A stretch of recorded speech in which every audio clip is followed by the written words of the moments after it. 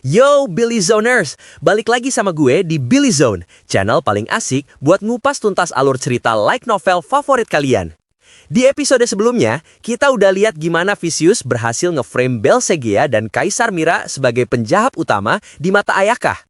Nah, di episode kali ini, sang Dewi Licik ini bakal ngeluarin jurus pamungkasnya buat ngunci loyalitas Ayaka. Siap-siap, karena ini bakal jadi episode yang penuh dengan pengakuan dosa palsu, pengungkapan menjijikan, dan manipulasi psikologis tingkat master. Jangan lupa, klik like, subscribe, dan nyalain loncengnya ya. Langsung aja kita masuk ke ceritanya.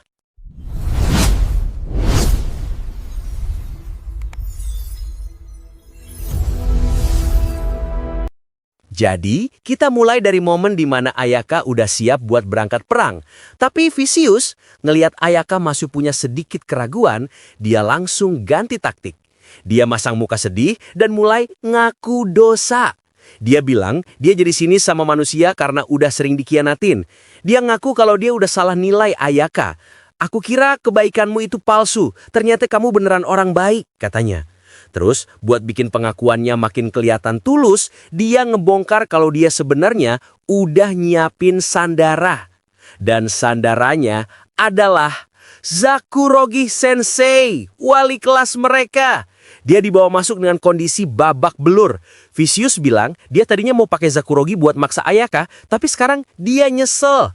Bener-bener acting yang sempurna buat nunjukin kalau dia udah berubah karena kebaikan Ayaka. Tapi ini semua cuma bagian dari rencana yang lebih gede. Vicious lalu maksa Zakurogi buat ngakuin alasan sebenarnya kenapa dia jadi guru. Dan pengakuannya benar-benar menjijikan. Zakurogi ngaku dia jadi guru cuma karena pengen bisa tidur sama siswi SMA. Dia bahkan nyebut mau ngincar Kashima Kobatu. Setelah pengakuan busuk itu, Vicious dengan santainya bilang kalau memar di muka Zakurogi itu karena dia yang mukul. "Aku nggak tahan sama sifatnya yang jahat," katanya. Gila, dia berhasil ngeframe dirinya sendiri sebagai pelindung moral yang ngehukum kejahatan. Ayaka yang dengar semua ini jelas shock. Tapi disinilah kita lihat lagi sifat asli Ayaka. Dia nggak marahin Zakurogi, dia malah negur gurunya itu dan maksa dia buat janji bakal berubah. Dia percaya kalau semua orang bisa diselamatkan. Mengabaikan orang lemah itu salah, pikirnya. Dan dengan ini, manipulasi Vicious berhasil 100%. Dia nggak cuma dapat loyalitas Ayaka, tapi juga rasa terima kasih dari Zakurogi. Figur otoritas terakhir Ayaka berhasil dihancurkan dan posisinya sekarang digantiin sama Vicious sendiri. Ayaka udah siap-siap mau berangkat, tapi sebelum itu, dia masih mau mastiin beberapa hal dulu ke Vicious. Dia nanya soal kondisi Oyamada, dan Vicious dengan muka sedih palsunya ngeluarin kebohongan lagi. Dia bilang, Oyamada masih dalam pemulihan dan mentalnya nggak stabil. Katanya kalau Ayaka ketemu dia sekarang, kondisinya malah bisa makin parah. Bener-bener alasan yang licik buat ngisolasi Ayaka dari temen yang lain. Ayaka juga ngingetin Vicious buat terus nyari Takao bersaudari, yang tentu aja diiyain sama Vicious.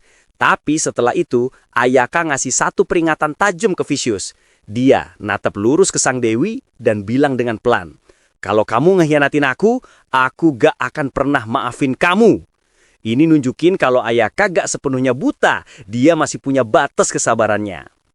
Setelah itu, Ayaka cuma ngasih tahu rencananya ke satu orang, Suo Kayako. Kayako yang pinter langsung sadar kalau ini berarti Ayaka bakal perang lawan manusia dan dia nawarin diri buat ikut. Tapi Ayaka nolak.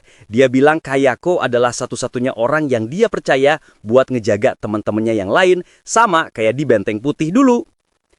Ayaka lalu nanya, kenapa Kayako mau gabung sama grupnya? Dan disinilah kita dapat pengakuan paling tulus dari Kayako. Dia cerita kalau dari dulu dia itu orang yang selalu diabaikan. Dan Ayaka adalah satu-satunya orang yang tulus mau ngajak dia ngobrol, bukan karena kasihan atau tugas, tapi karena kebaikan hatinya yang murni. "Karena itulah aku bisa percaya sama kamu," kata Kayako. Ayaka yang dengar ini jelas terharu banget.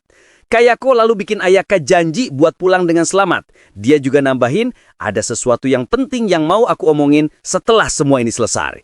Wah, apa ya kira-kira?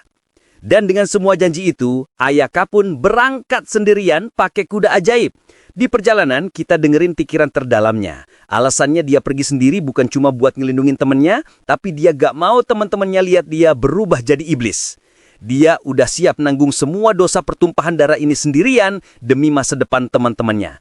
Benar-benar pengorbanan yang luar biasa. Cerita lalu pindah ke front barat. Kita lihat Permaisuri Cattleya lagi mimpin pasukan gabungan Nea dan Bakos. Tapi tiba-tiba jalan mereka dihadang sama segerombolan monster bermata emas. Dan yang paling parah, di antara mereka ada 2 monster tipe humanoid yang sangat kuat. Mereka langsung ngebantai prajurit di barisan pertama dengan gampang. Permaisuri Cattleya dan Gus Doomfet dari Kesaktrian Naga Hitam lihat situasi ini langsung sadar kalau mereka gak bakal menang.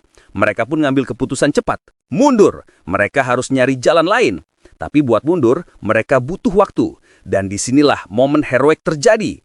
Seorang komandan kompi dari Nea dengan gagah berani nawarin diri buat jadi barisan belakang. Dia dan pasukannya siap ngorbanin nyawa biar ratu mereka bisa selamat. Dengan Anda sebagai pemimpin, masa depan kami cerah. Kami gak takut mati, katanya. Bener-bener bikin merinding. Keberanian ini nular. Satu Kesatrian Naga Hitam dari Bakos juga ikut gabung, terus disusul sama 1 unit tentara Bakos. Kami gak bisa ngebiarin Leang ngambil kemuliaan semua, teriak mereka.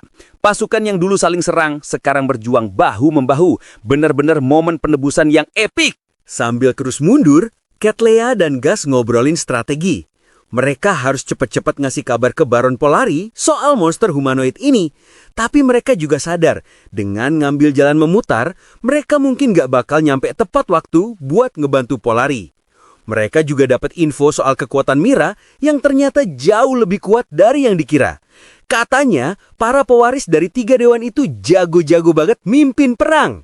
Kaisar Zine benar-benar nyembunyiin cakarnya, kata mereka. Dan benar aja, situasi mereka jadi makin parah. Gus ngelaporin kalau setengah dari monster berhasil nembus barisan belakang dan masih ngejar mereka. Cattleya sadar, mereka mungkin butuh pengorbanan lebih banyak lagi buat bisa lolos. Situasi mereka benar-benar genting. Permaisuri Cattleya udah pasrah, sadar kalau monster humanoid ini terlalu kuat buat dilawan manusia biasa. Pasukannya udah mutusin buat mundur, tapi tiba-tiba dari tengah kerumunan muncul satu sosok yang melesat kayak angin. Itu Ayaka Sogo. Dia datang sendirian. Cattleya langsung teriak, ada 2 monster humanoid. Dan jawaban Ayaka singkat, padat, tapi benar-benar bikin merinding. Aku akan mengalahkan mereka. Gak ada keraguan sedikit pun di suaranya. Kepercayaan dirinya itu langsung nularin harapan ke Cattleya. Dia langsung batalin perintah mundur. Dan Ayaka pun langsung beraksi. Silver World. Bola perak raksasa muncul dan berubah jadi ribuan senjata yang ngelilingin dia. Pemandangannya benar-benar kayak dari lukisan mitologi.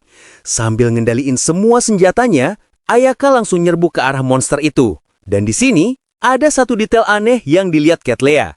Tepat sebelum Ayaka nabas monster itu, dia lihat si monster kayak berbalik mau lari. Aneh banget kan? Seolah-olah si monster ngenalin Ayaka sebagai predator yang jauh lebih kuat. Sekarang, kita pindah ke esokan harinya. Ke sudut pandang pasukan Mira. Mereka lagi pusing 7 keliling.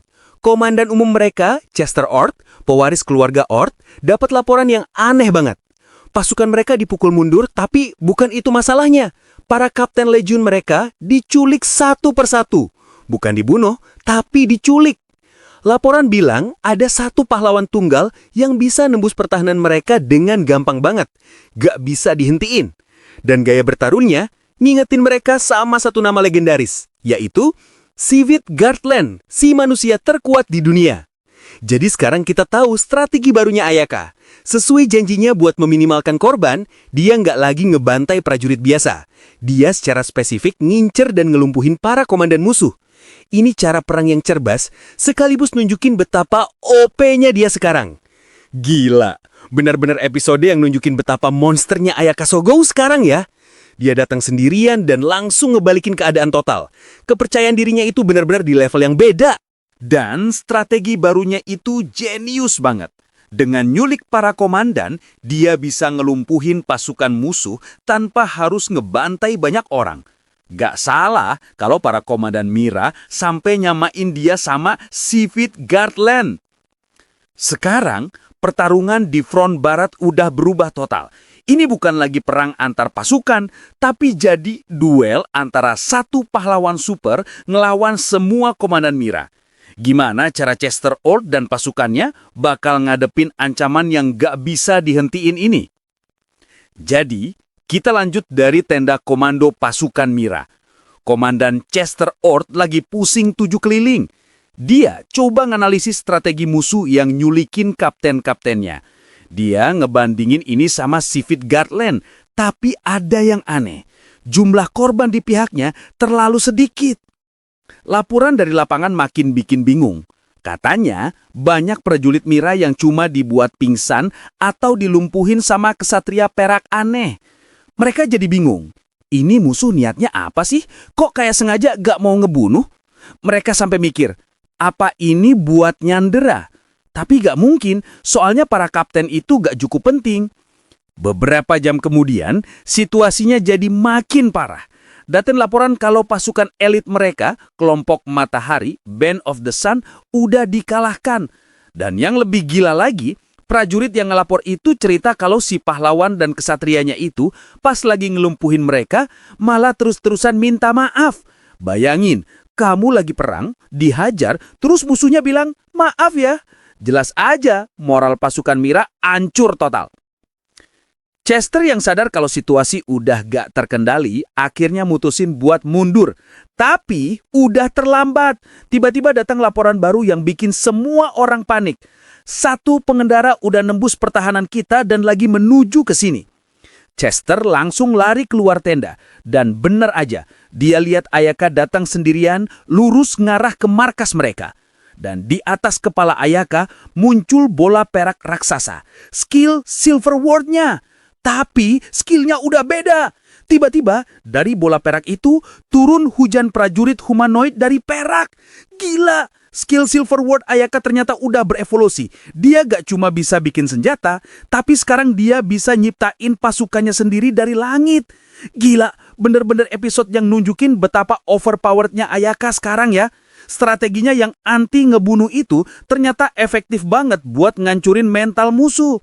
Dan power up balunya itu benar-benar di luar nalar. Dia sekarang udah kayak one man army yang bisa nyiptain pasukannya sendiri dari langit. Gak salah kalau pasukan Mira sampai hancur total moralnya. Sekarang, Ayaka udah ada di depan markas komando musuh. Siap buat ngadepin Chester Ord langsung.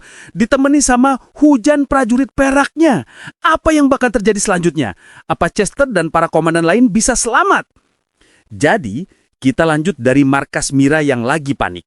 Komandan Chester Ord ngelihat Ayaka dan pasukan peraknya udah di depan mata, sadar kalau dia gak punya pilihan lain selain kabur. Meskipun dia maunya mati berjuang, sebagai komandan, dia harus mikirin pasukannya. Dan disinilah kita lihat lagi momen heroik. Para ksatria dan penasehatnya dengan gagah berani ngorbanin diri buat jadi umpan biar Chester bisa lolos. Untuk Kaisar, untuk masa depan Mira, teriak mereka. Bener-bener bikin merinding. Tapi usaha mereka sia-sia. Chester yang lagi kabur cuma bisa lihat dengan ngeri gimana Ayaka dan dinding kesatria peraknya dengan gampang ngancurin semua yang ngehalangin. Panah gak mempan, sihir mental. Dalam sekejap, Ayaka udah ada di depannya. Chester pun dilumpuhin. Pas dia terbaring di tanah, dia lihat lingkaran di kepala Ayaka pecah. Ayaka, tanpa nunjukin rasa senang sedikit pun, cuma bilang, maaf, ini satu-satunya cara. Terus dia bikin Chester pingsan. Dengan ini, seluruh komando pasukan Mira di front barat lumpuh total. Akibatnya, pasukan Mira yang tadinya udah mau sampai Alion terpaksa mundur jauh-jauh balik ke perbatasan. Dan gosip pun nyebar ke seluruh benua kalau kekalahan Mira ini disebabkan sama satu orang pahlawan sendirian. Sekarang, kita pindah ke utara. Kita lihat dari sudut pandang Nyantan Kikipat. Dia dan pasukan penunggang serigala putih yang dipimpin sama Sigmund Sigmus, si serigala hitam, tadinya mau gabung sama Vicious. Tapi tiba-tiba mereka dapat perintah baru buat pergi ke reruntuhan benteng. Dan pas mereka sampai, pemandangan di sana benar-benar bikin shock. Takuto Kirihara udah nungguin mereka dikelilingi sama pasukan monster bermata emas dan iblis lingkaran dalam. Dia benar-benar kelihatan kayak raja iblis yang baru. Sigmund Sigmus dengan gagah berani turun dari serigala hitamnya dan jalan sendirian ngadepin Kirihara. Suasananya tegang banget. Para ksatria di belakang Sigmund cuma bisa nahan nafas. Gila, bener-bener episode yang penuh sama aksi ya. Kemenangan Ayaka di front barat itu bener-bener nunjukin betapa OP-nya dia sekarang. Dia sendirian bisa ngubah arah perang. Dan strateginya buat nyulik komandan itu jenius banget. Dia berhasil menang tanpa harus ngebantai banyak orang sesuai dengan prinsipnya. Benar-benar pahlawan sejati. Tapi sekarang, fokus kita pindah ke utara. Vicious ternyata udah ngatur panggung buat duel yang disyaratkan sama Kirihara. Pertemuan antara Kirihara Takuto dan Sigmund Sigmus. Sigmund Sigmus dan pasukan penunggang serigala putihnya akhirnya berhadapan sama Kirihara dan pasukan monsternya. Suasananya tegang banget. Di sini kita dapat deskripsi keren soal Sigmund Sigmus. Dia pakai armor hitam legam, kontras banget sama pasukannya yang abu-abu. Dia sering dibandingin sama legenda lain si Sivit Guardland, serigala hitam dari utara versus naga putih dari selatan. Sayangnya, mereka gak pernah ketemu. Sigmund yang pernah berantem sama Kirihara langsung nanya, ada urusan apa? Dan Kirihara, tanpa basa-basi sedikit pun, langsung ngedeklarasiin dengan sombongnya, aku udah mutusin, aku yang bakal jadi Raja Magnar. Para ksatria di belakang Sigmund jelas aja langsung bingung dan marah. Tapi Sigmund dengan sangat tenangnya nolak klaim itu. Dia bilang, kakakku belum pasti tewas. Aku cuma mimpin sementara sampai dia balik. Aku gak bakal nyerahin tahta ke siapapun. Tapi Kirihara ngebales, Vicious udah setuju sama ini. Ini bikin pasukan Magnar makin bingung. Ngelihat Sigmund gak mau nyerah, Kirihara langsung ngunus katananya. Kalau gitu, kita tentuin aja pakai kekuatan siapa yang lebih pantas. Itulah takdir, katanya nantang duel. Tapi disinilah kita lihat betapa bijaksananya Sigmund. Bukannya langsung ngamuk, malah coba ngasih nasihat ke Kirihara. Dia bilang, jadi raja itu bukan hadiah, tapi beban dan kewajiban. Kalau aku boleh milih, aku lebih milih kebebasan daripada tahta. Dia nyaranin Kirihara buat mikir ulang sebelum kejebak jadi raja. Tapi Kirihara dengan otak gilanya malah salah ngartiin nasihat itu. Dia nganggap omongan Sigmund bukti kalau Sigmund nggak pantas jadi raja. Oh, kamu milih kebebasan. Sempurna, katanya dengan sinis. Dia udah mutusin kalau duel ini harus terjadi. Sigmund yang coba nyenangin Kirihara pakai nasihat bijaksana, sama sekali gak nyangka kalau Kirihara bakal nyerang. Tapi tepat di saat Sigmund lengah, srash! Kirihara dengan super pengecutnya langsung nusuk Sigmund yang lagi gak siap. Kamu kalah pas kamu masih nganggap aku kayak yang dulu, kata Kirihara dengan dingin. Para penunggang serigala putih dan nyantan Kikipat benar-benar shock, gak bisa gerak. Sigmund yang udah sekarat coba buat ngeluarin pedangnya. Tapi Kirihara gak ngasih kesempatan. Dengan satu tebasan kilat, dia mengenggal kepala Sigmund Sigmus. Sang serigala hitam dari utara tewas dengan cara yang super tragis. Dan kekejaman Kirihara gak berhenti di situ. Setelah ngebunuh Sigmund, dia dengan santainya nanya di mana Arclight bersaudara, soalnya dia mau jadiin mereka selir. Pas wakil kaptennya bilang kalau salah satu dari mereka itu tunangan Sigmund, Kirihara dengan jijiknya ngejawab, oh berarti dia barang bekas ya, nilainya lebih rendah dong, bener-bener gak punya moral sama sekali. Para penunggang serigala putih yang ngelihat pemimpinnya dibunuh dan dihina, jelas langsung ngamuk. Mereka siap mati buat ngebalas dendam. Tapi Kirihara udah mutusin, dia bakal ngabisin mereka semua. Dia ngeluarin naga-naga emasnya dan ngasih perintah ke pasukan monsternya. Jangan sisain satupun. Dan terjadilah pembantaian. Seluruh ordo ksatria elit kebanggaan Magnar, penunggang serigala putih, dihancurin total. Benar-benar pemandangan yang mengerikan. Satu-satunya yang disisain hidup adalah nyantan Kikipat. Kenapa? Soalnya Vicious udah minta. Tapi Kirihara gak ngelepasin dia gitu aja. Dia ngehina nyantan, bilang darahnya gak murni dan gak pantas buat dia. Dia juga ngancem nyantan buat gak cerita ke siapa-siapa kecuali Vicious. Dan sebagai penghinaan gerahil, dia maksa nyantan buat nyakuin kekalahannya secara verbal. Akui kalau aku udah ngelampauin kamu, paksa Kirihara. Iya, kamu udah ngelampauin aku, jawab nyantan. Kalah total. Gila. Bener-bener episode yang super brutal ya. Kita lihat sifat asli Kirihara yang ternyata bukan cuma sombong, tapi juga pengecut, kejam, rasis, dan gak punya moral sama sekali. Kematian Sigmund Sigmus itu benar-benar tragis. Dia kalah bukan karena lemah, tapi karena dia terlalu bijaksana buat ngelayanin orang gila kayak Kirihara. Dan pembantaian penunggang serigala putih itu benar-benar nunjukin kalau Kirihara sekarang udah jadi tiran sejati.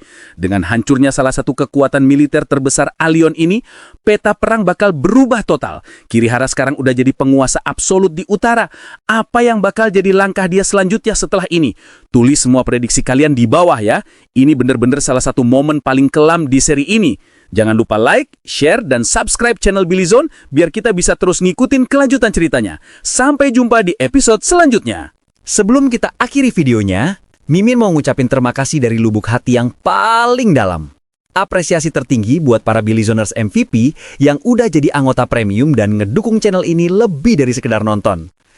Shoutout sebesar-besarnya untuk Bobby Ariandi, Bambang, Wasdani Arfan, Dion Only One, IQ Master, Studio Short Video, Hafiz Al-Fatah, Kunci Android, Ivan Lubis, Safi ID, Kemsai, Rianto Bada, Romli Romi, Alex Ligiastino, Andakun, Rio Putra, Gali Setiaji, Siroj DS, Abdul Nasir, Kilakili, Witsi Izumi, Doni Anggriawan, Halvi Ramadan, Azel, Fiang 01, Richie Vengeance, Yuda Arfa, Zaki Apriansyah, Merah Kids Channel, Dartzeon, Ronaldo, Adit 03, Riz Jian, Zek, Hiskia Mandey, Muhammad Abduh, Yuda Bakri, Ganteng Sangar X Korea, Aap Goykils, Zila, Diabolus 696, Putra, Nahdira Putri, Herianto, Wahyu JJ, Muhammad Ruslan, Muhammad Fahri, Agus Jazer, Elwin Makassar, Faisal Outlet,